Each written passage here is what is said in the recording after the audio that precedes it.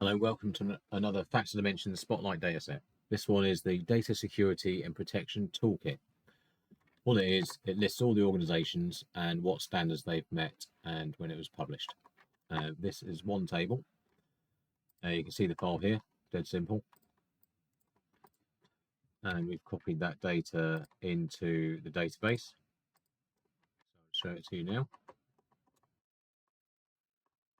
The DSPT, where is it? Such a lot of tables in this database now. Here we go.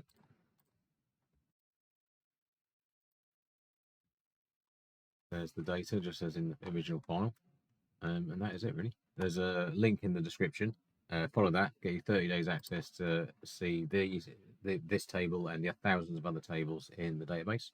Any data set we don't have, you just ask for it and we add it. We're going to add everything in the world eventually. Thanks.